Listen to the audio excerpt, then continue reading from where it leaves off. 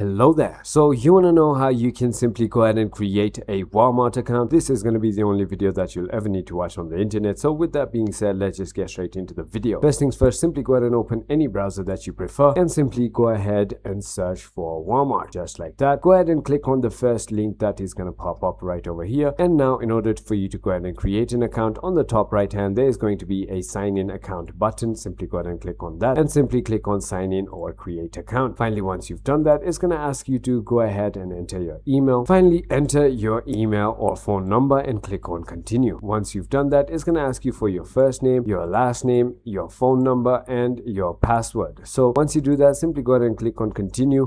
Your number has to be a US number, and finally it's going to go ahead and send you a verification code to the email that you provided. And once you go ahead and enter that right over here, your account should be ready. I hope this video was helpful to you. If it was, hit that like button and I'll see you on the next one.